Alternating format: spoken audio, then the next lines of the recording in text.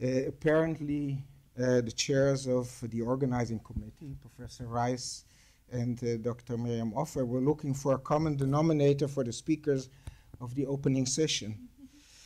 And as there is not much in common between research on quasi-periodical crystal and technological entrepreneurship and Holocaust historiography, they opted for the simplest possibility, a common short first name. So I would like to thank my late parents, both Holocaust survivors from the Netherlands, who chose the name Dan for me and thus paved my way to this podium today. And I must say, in one thing I fare better. I have 22 grandchildren, so once they wanted to put the picture of our family for an underdeveloped family in a sociological book, but was prevented. So when browsing through the program, one really sees how broad a field of medicine and the Holocaust and healthcare is. It deals with people and institutions in the medical profession in Nazi Germany, whether Nazis themselves or others, with non-Jewish people and institutions in occupied and satellite countries, with Jews and their institutions in Nazi-controlled Europe, and the interactions between them, and with post-1945 issues.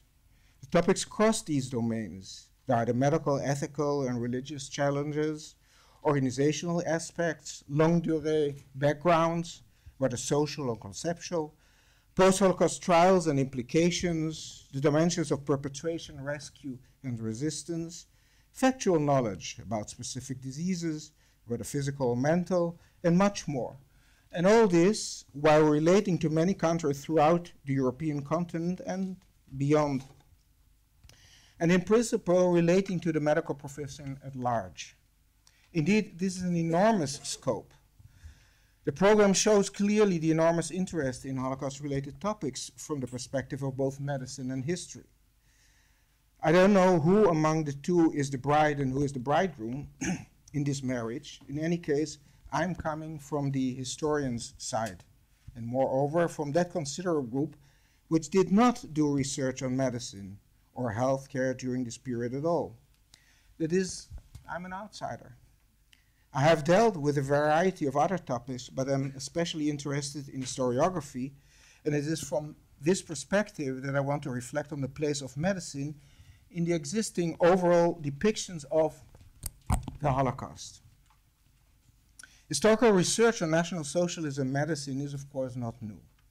The fact that medical theories and perceptions played a role in racism and eugenics, and consequently in the Nazi Weltanschauung and practices, came to the fore in the immediate post-war period, when a limited number of senior doctors, 12, were tried in the so-called subsequent Nuremberg trials by an American occupation authorities, and afterwards with a limited number of additional but more low-key trials, about which we'll hear also in this conference.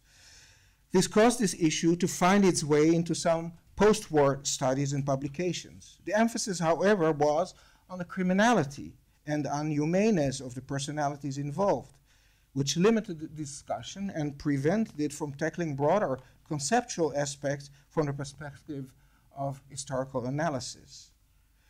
Though it had certain implications from the perspective of ethics. On the other hand, as most of the German doctors and administrators in the medical field during the Nazi era continued their lives after 1945 uninterrupted, and even making apparently honorable careers, the topic was largely suppressed and marginalized in public discussion and perpetrator research in Germany from the end of the 1940s through the 1980s, and as German perpetrator research was dominant in research on Nazism in general, in the world in general, it impacted in limiting the extent of research into this topic, and consequently limited the Vergangenheitsbewältigung, the coping with this topic both in Germany and in the world of medicine. Nicholas Berg has shown how the senior scholars of the major institution that was established in West Germany to research the Nazi era, the Institute für Zeitgeschichte, the Institute for Contemporary History in Munich, sided in the beginning of the 1960s with the former senior Nazi official Dr. Wilhelm Hagen who had been in charge of health issues in the city of Warsaw during the occupation, and whose policies towards and activities relating to the Warsaw Ghetto were uncovered by the Jewish survivor historian Josef Wolf. Hagen sued Wolf for including him among collaborators and executors of Nazi policies, and asked for, and indeed received, academic backing from the senior historians of that institute. Human geneticist Ottmar von Verschuur, who had played an important legitimizing role for and carried out unethical medical transgressions during the Third Reich, achieved political whitewashing in West Germany and then successfully refashioned himself and made an impressive career up to the position of director of the Institute for Human Genetics at the University of Münster. A real breakthrough in research can be observed only in the 1980s. In Germany, Getz Ali, after having embarked on an in-depth research into the euthanasia project, which broke an unwritten taboo, started the publication of a journal dedicated to health issues, Beiträge zur nationalsozialistischen Gesundheits- und Sozialpolitik. Of much importance was also Benno Müller-Hill's tiny book, Tödliche Wissenschaft, or Murderous Science, from 1984. In the US, Robert Lifton's 1986 book, The Nazi Doctors, triggered broad interest in the topic, not only among those interested in medical issues. This development in the 1980s did not happen by chance. It should be seen as part of an emerging, new, mostly post-war born generation of scholars that criticized both the so-called intentionalist approach, and I will come to that back in a moment, which had focused on Hitler and the Nazi elite, and the so-called functionalist approach that, although looking at the participation of lower echelons of the Nazi bureaucracy, focused on structures, ministries, organizations in an impersonal mode. When names were mentioned, it was merely as epithets. The new generation of researchers had a more individualized approach and focused therefore much more on biographies, highlighting the roles and careers of a variety of personalities from all parts of society who were involved in the Nazi project: architects, environmental planners, corporate managers and employees, etc. And I will come back to this important aspect later. As for the Jewish side, as Miriam Offer has well surveyed and pointed out in her PhD thesis turned book, which became a bestseller, about the Jewish medical services in the Warsaw Ghetto, a considerable number of Jewish survivor historians, some of them originally physicians, and she mentioned Mark Dvorzetsky, who was my predecessor at the Bar Ilan University in research and teaching on the Holocaust,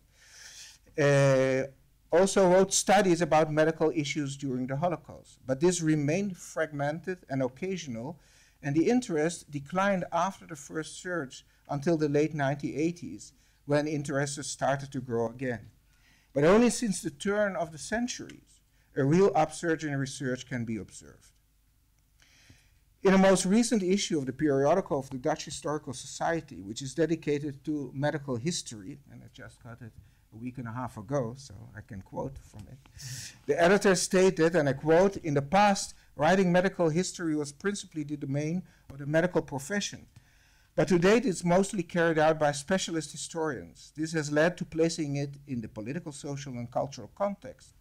Moreover, the use of specific historical methods offer new insights into the developments of medical care. Specific political, cultural, and social positions and developments have been inextricably and mutually linked to medical developments." I think that the two observations mentioned here are basically true for our topic too. Firstly, that many partial studies on medicine and the Holocaust were and are still written by interested doctors, yet recently professional historians have moved into this topic. Secondly, that regarding Nazism and the Holocaust, ideological, political, cultural, and social positions and developments are of the utmost importance, as we are talking not only about medical care, but about medical non-care, or more explicitly, about criminal medicine as far as the perpetrator aspect is considered, and about a situation in extremis as far as the Jewish aspect is considered. The fact that in this conference professionals coming from the two disciplines and the two aspects join forces is therefore of much importance for the strengthening and improvement of the state of research. Let us now turn to Holocaust research in general. Though at first glance perhaps unexpected, it is not by chance that research on the Nazi era, and especially on the Holocaust, has seen a dramatic upsurge as time proceeded, and especially in the past 30 years. When I entered this field in the 1970s, I never expected that it would expand so much and be so vibrant as it is today. This is, I believe, the result of the enigma that the Nazi era poses for the historian. The enormous and quick transition of a society, the German and Austrian ones, from a normal, whatever normal is, even if troubled society, into society that is almost entirely participating in a collective project, which then also succeeds in dragging and leading many other groups and populations throughout Europe with it. As Johan Chapoutot has pointed out in his brilliant, recently published study, La loi du sang, penser et agir en Nazi, in English, The Law of Blood, Thinking and Acting the Nazi Way. The book was translated recently also into German, but not yet into English, or Hebrew, for that. German society turned into a Kampfgemeinschaft, a community of battle, within a Darwinist worldview. I will return to this important understanding, aiming to show that a large portion of the German medical profession joined this community, and that this presents another facet of a needed reformulated definition of the Holocaust as a historical event. As the title of my paper, I chose the formulation resituating the place of medicine in the grand picture of the Holocaust. And I will indeed focus on that. Yet a parallel issue which should be discussed is also resituating the place of medicine in the Holocaust in the history of medicine. My argument is that in spite of the considerable body of research on medicine in the Holocaust, which underwent, of course, ups and downs and ups, this topic has not yet received its deserved place in the comprehensive picture of both fields of research. Regarding the history of medicine, for instance, in the Cambridge History of Medicine, edited by one of the most proliferate professional historians in the field of medicine, Roy Porter, and published posthumously in 2006, the book was also translated into Hebrew, only one page is dedicated to medicine during World War I and World War II, German medicine, Nazi doctors and anti-Semitism, without mentioning the term Holocaust, and with Jewish medicine of the period not being mentioned at all. Moreover, Porter specifies in the introduction to the book that the aim of his book is to ask questions about the social and political functions of medicine.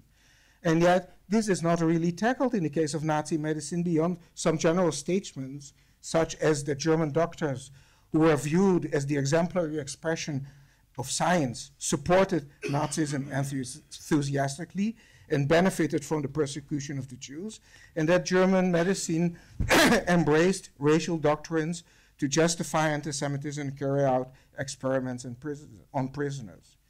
In these are all true, yet the description remains very meager and does not elaborate in any in-depth way on the social and political function of this kind of medicine.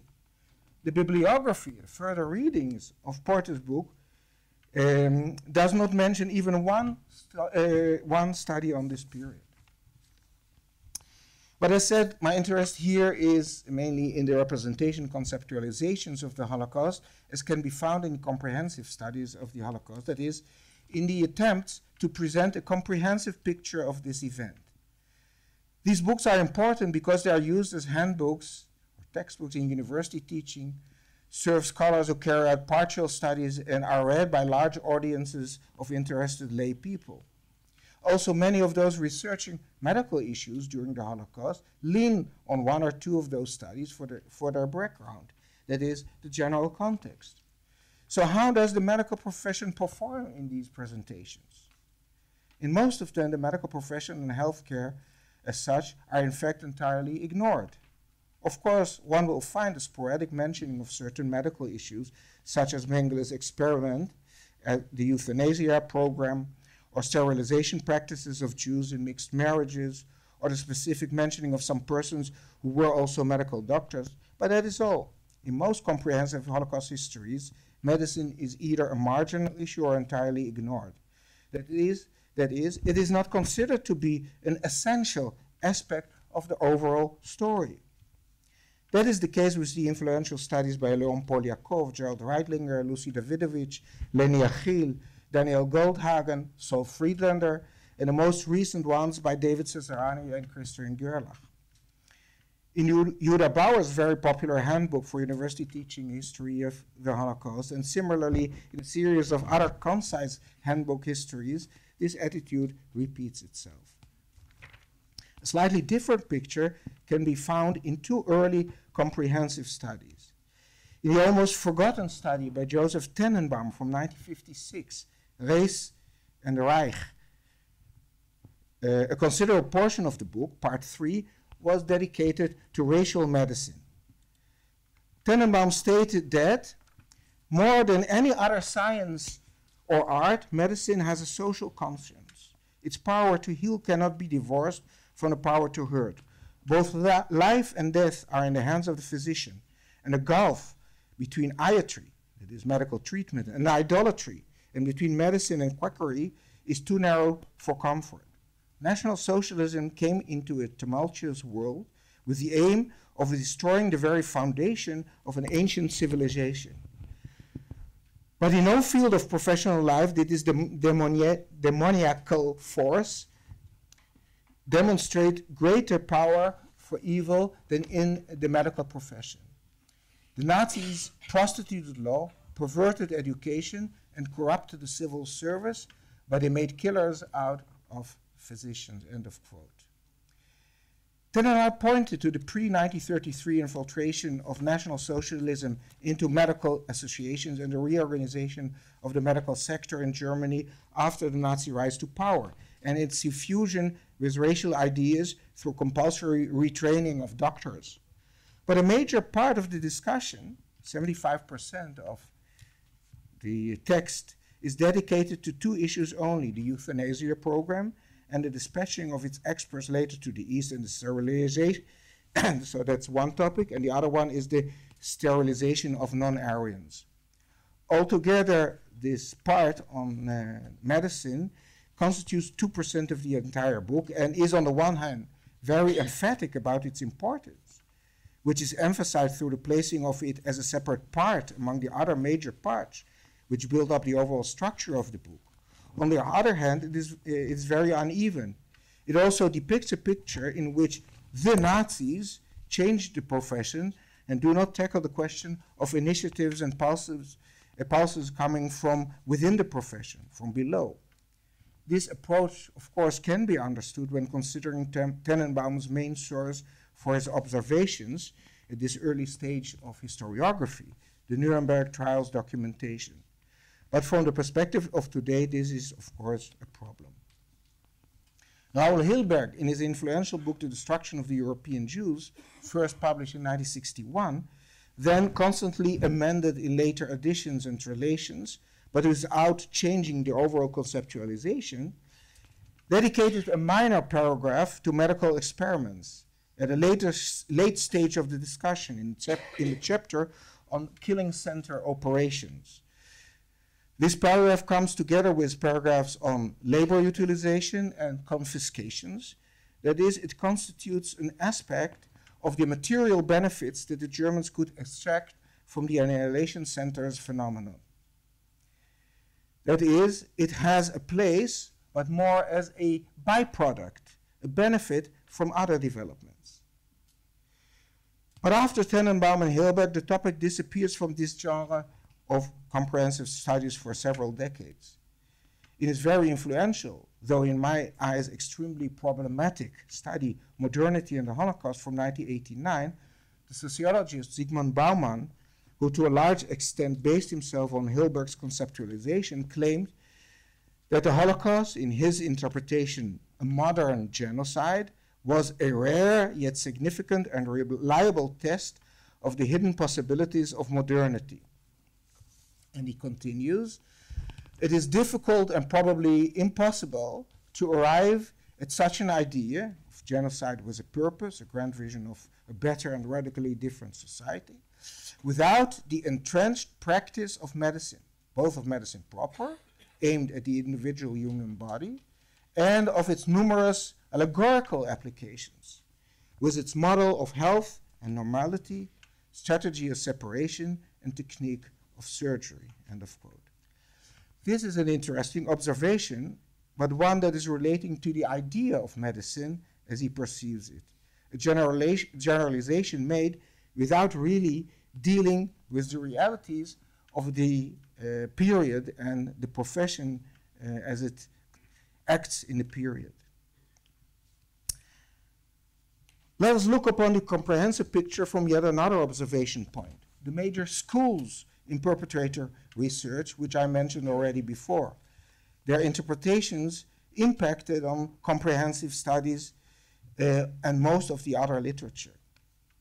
As a result of the needs of the immediate post-war trials, which gave birth to attempts to understand the overall picture prior to having a vast body of research, of the adopting of Jewish commemorative practices, which looked for a generalized and simplified picture, of the proliferation of genocide studies since the end of the 1970s, and not least of the will to understand the enormity of the comprehensive murder campaign itself. As a result of all these factors, the final solution of the Jewish question became the core of Täterforschung, research on the perpetrators, and of the Holocaust at large, in common understanding. Alongside the question of ideological underpinnings, an issue quite central at the early stages of research, probably the most important issue for researchers became the bureaucratic, social, and psychological processes that led to the final solution. And consequently, the decision-making process became the focus. The number of studies dedicated to this aspect, either the overall process or sub-chapters of it, is enormous. Within this endeavor, the modes of development got a considerable amount of attention, which bore the questions, was the process ideology-driven or escalating due to circumstances? Was it well-planned or chaotic? Did it develop through orders given top-down or through a bottom-up process of trial and error acts on the ground, leading to suggestions from below, which were embraced by the higher echelons? Or to put it differently, was the center directing the periphery or the periphery pushing the center? The most well-known debate in this field has been coined the intentionalism-functionalism debate. It was a hard-fought and dominant debate that took place from the 1960s through the 1980s. And though the debate was reconciled to a certain extent by a younger generation of historians since the beginning of the 1990s, the contours of the overall endeavor to understand the evolution towards the final solution did not change. The intentional school focused on Hitler as being omnipotent and having a clearly set goal, whether ideological or other, and on peak moments in the assumed development, 1990, 1933, 1935, 1938, 1939, and then 1941 with Operation Barbarossa and the assumed beginning of the final solution. Thus, this school viewed development as having been goal-oriented, clearly linear, and permanently escalating. The functionalist school, on the other hand, dismissed Hitler's omnipotence, even describing him as a weak dictator, Hans Mommsen in the 1970s, on the basis of detailed research on the functioning of the Nazi bureaucracy, which revealed many inconsistencies. Several scholars called it totalitarian anarchy. This school concluded that there were constant battles over competency within the Nazi bureaucracy. These took place among several power centers in the regime without Hitler's involvement, and anti-Jewish policies escalated and radicalized in a zigzag fashion, in a bumpy and badly coordinated mode.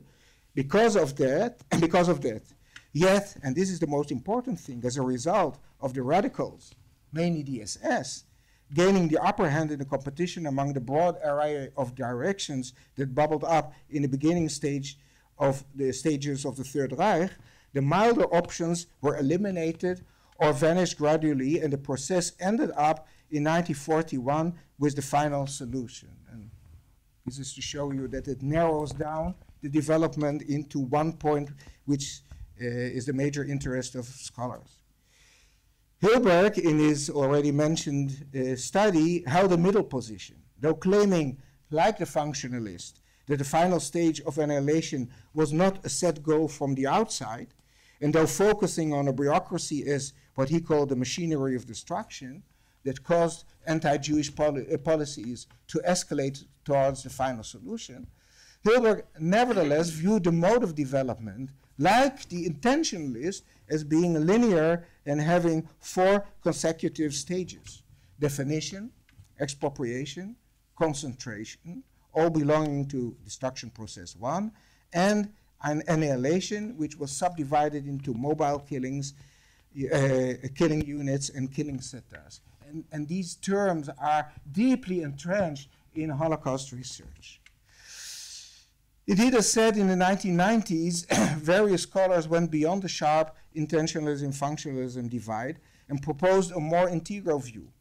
Ian Kershaw introduced the important concept of working towards the Führer, thus keeping the overall importance of Hitler in the process, while explaining the competing directions of policies in general and of anti-Jewish policies in particular as a bottom-up process which interacted with the top-down pulses and infusions from the Führer. Yet if we look at these basic approaches, we can see that they all focus on the final solution as being the final stage of a development, its ultimate peak or apex. The issue that scholars thought that should be explained was the process or processes leading to the point in time when the final solution crystallized as a program, and whether that was in June 41, September 41, December 41, or the spring of 1942. As a consequence, scholars have tried to integrate several anti-Jewish actions, such as economic persecution, legal segregation, or ghettoization, into a developing causational process that led to the ultimate apex, on the one hand. This is obvious in Hilberg's clear-cut model of 4 stages of development. But it is also presented in that mode in a recent chapter by Christopher Browning, in which he describes the development in the following way. The anti-Jewish legislation of 1933 constituted the civic death of German Jews. The Nuremberg laws of 1935 completed the social death of German Jews. Numerous laws in 1938 resulted in the economic death of German Jews. So we have several deaths preceding the annihilation.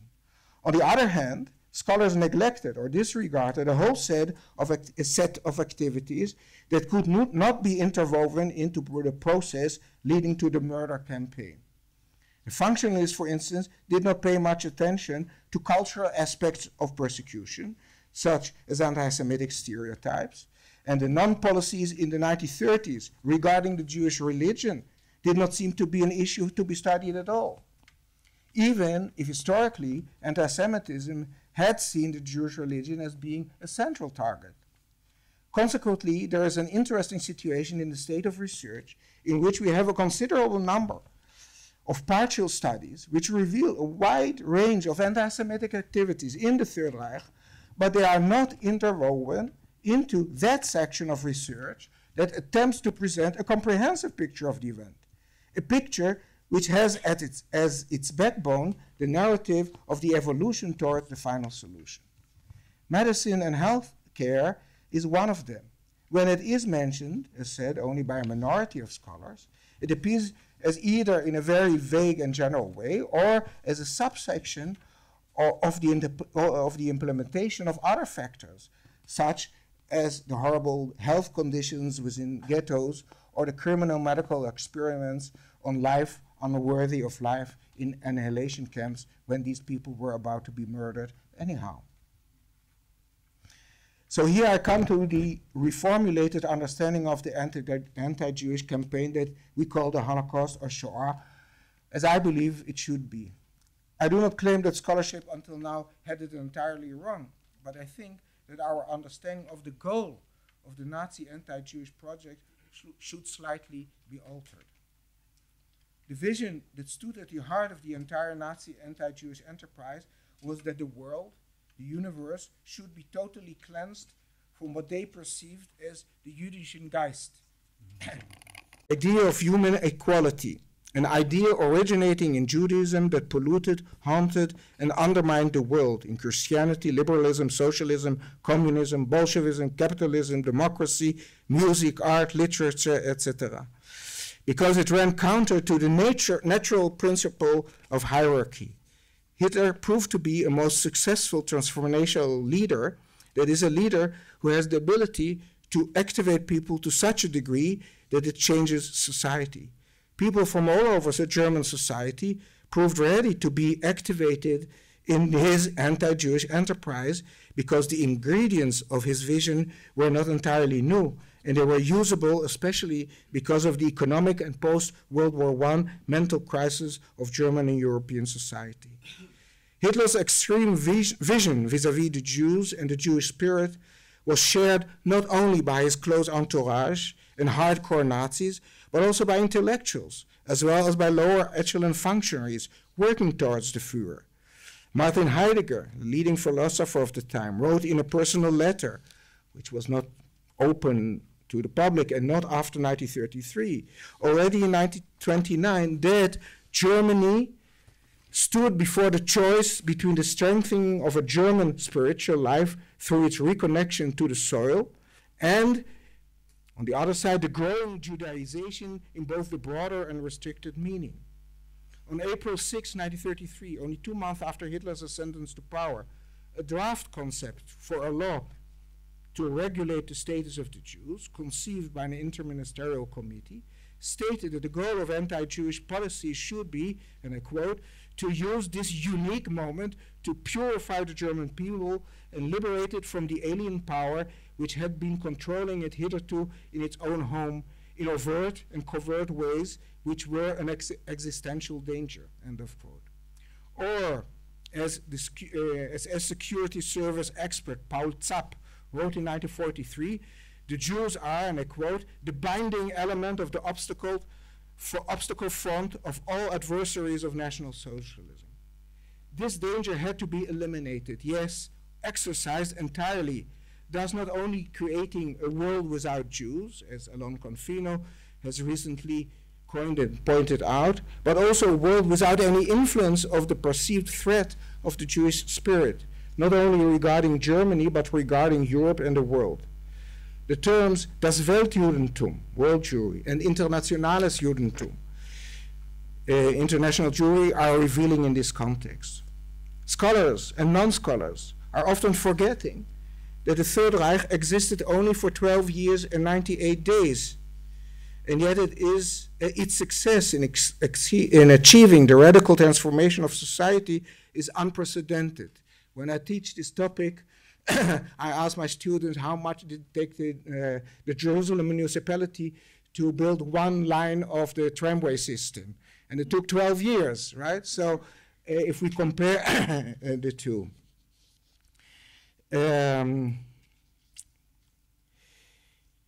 So precisely because of this development, the bureaucratic explanation, Hilberg, the functionalist, and their many followers, is not sufficing. Bureaucracies never act so efficiently and swiftly. Yes, we had to start at 8 o'clock today, right? So. Neither is the presentation that the Nazis succeeded in infiltrating every sector and transforming it convincing. Without going into details due to lack of time, the explanation has to internalize the historical meaning of the picture emerging as from immediately after the Nazi rise to power, in which in almost all sectors of German society there was an explosion of attempts to implement Hitler's vision Entfernung der Juden überhaupt, total removal of the Jews, as he had written in his first political writing from 1919. This explosion of energy is so enigmatic from the social psychological point of view. But now, what exactly did total removal mean? That was not clear, even not to Hitler, which explains the many directions that this enterprise took. These directions were neither necessarily competing, not Hilberian-like stages. They were attempts carried out by many executors and dreamers to develop ways leading to that longed-for goal in their sphere of life, their domain of expertise and acting, their interpretation. This sphere could be political, economic, intellectual, legal, linguistic, or any other one. A respected linguist told his colleagues that at that time, in 1933, today, National Socialism knocks at the door of every scholarly discipline and asks, "What have you to offer me?" It was a trial and error process, and the evolving historical realities allowed for trying out ever more extreme methods. This explains the planned as well as the improvised, the organized bureaucratic as well as the chaotic popular actions that took place side by side in the Entjudungskampf, the battle for de-Judaization. So I would like to present it here that we see how that there are many directions and they are not going to one goal as such.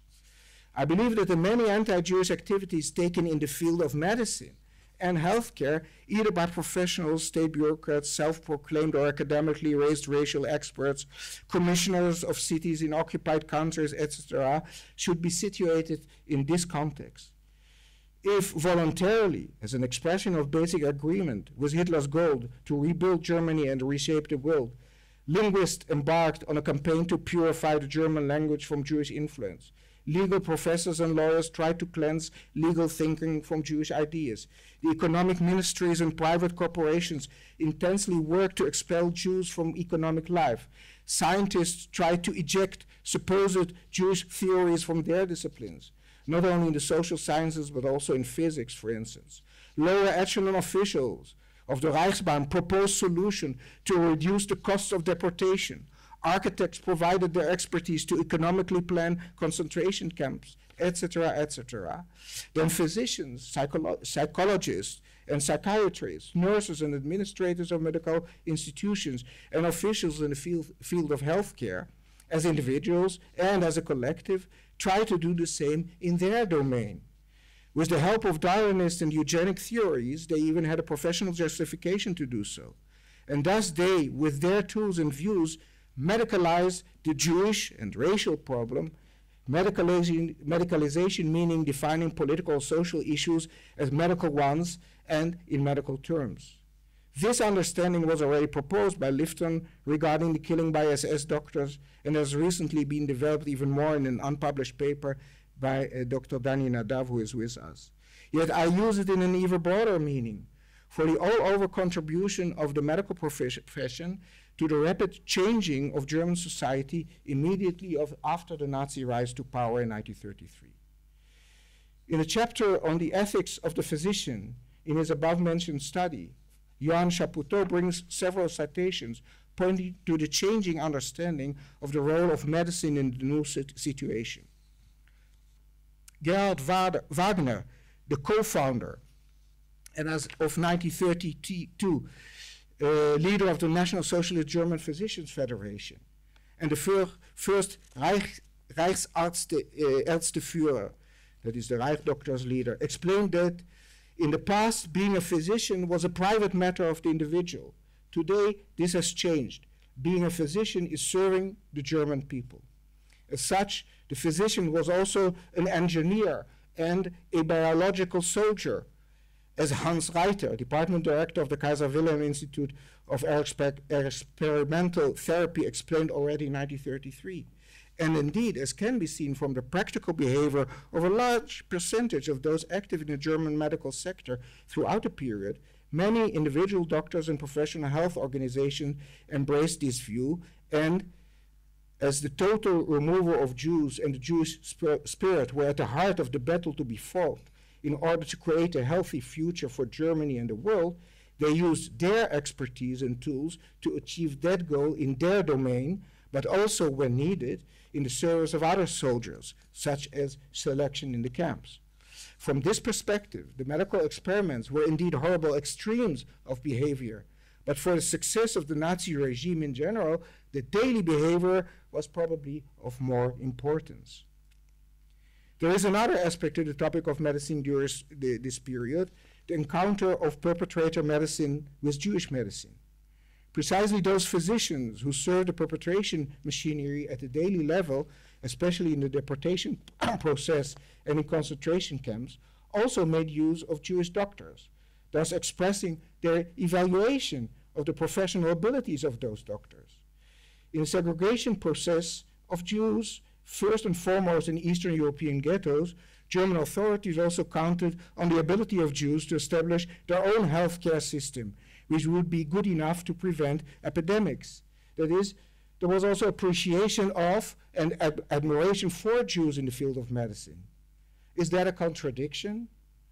To a certain extent, of course, yes. However, in the history of anti-Semitism, we can find a recurring pattern in the depiction of the Jews as having a nature of contradiction. And this view of the Jews is different than the depiction of other enemies. Jews were both ugly and seducing, physically weak and enormously powerful, cowardly and threatening, capitalist and Bolshevist, and more. So were the Jews in medicine, dangerous, yet also knowledgeable. In conclusion, I would say that we should understand the Holocaust as an attempt to exorcise the Jews and the Jewish spirit from this world, not only as the murder of the Jews, which is of course an important chapter, but the goal was beyond that. Medicine was one of many domains in which this goal was pursued in various ways.